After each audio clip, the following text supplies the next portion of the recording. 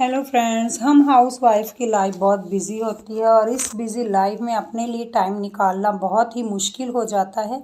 और अभी नवरात्रे भी चल रहे हैं और ऐसे में काम भी डबल हो जाता है और खाली पेट काम करना और ऊपर से योगा करना भी यानी कि एक चैलेंज ही है मेरे लिए।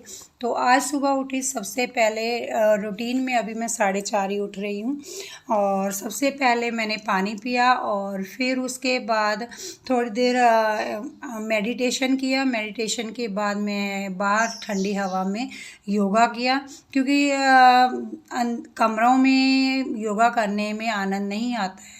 तो मैं थोड़ी देर मेडिटेशन, अनुलोम विलोम, कपालभाति कर लेती हूँ और उसके बाद ही मैं जब मौसम यानी कि 5:30-6 बजे के ठीक हो जाता है तो फिर मैं एक्सरसाइज स्टार्ट कर देती हूँ।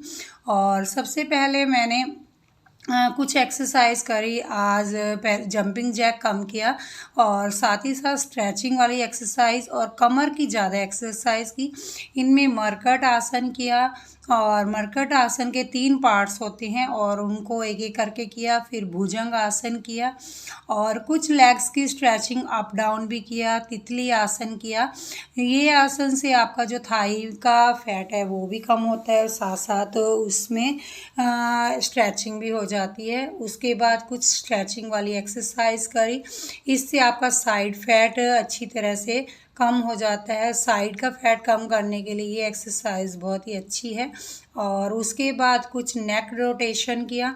नेक रोटेशन अपवर्ड डाउनवर्ड और फिर रोटेट करना है उसको पूरी तरह से। इससे आपकी सर्वाइकल की समस्या है जो पूरी तरह से ख़त्म हो जाती है, क्योंकि आजकल हम कंटिन्यू फ़ोन भी देखते हैं, टीवी देखते हैं, तो ये सारी प्रॉब्लम्स सर्वाइकल यानी कि गर्दन में दर्द रहता है।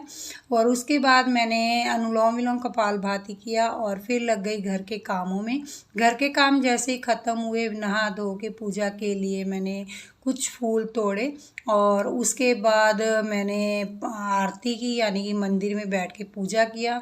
और मैं दुर्गा चालीसा ये सारा पढ़ती हूँ और उसके बाद आरती की। आरती करने के बाद फिर मैं बाहर शिवलिंग को भी जल चढ़ाया और तुलसी माता की भी पूजा करी। और फिर मैंने बैठ के अपने लिए सबसे पहले जूस बनाया और आराम से बैठ के पिया और थोड़ी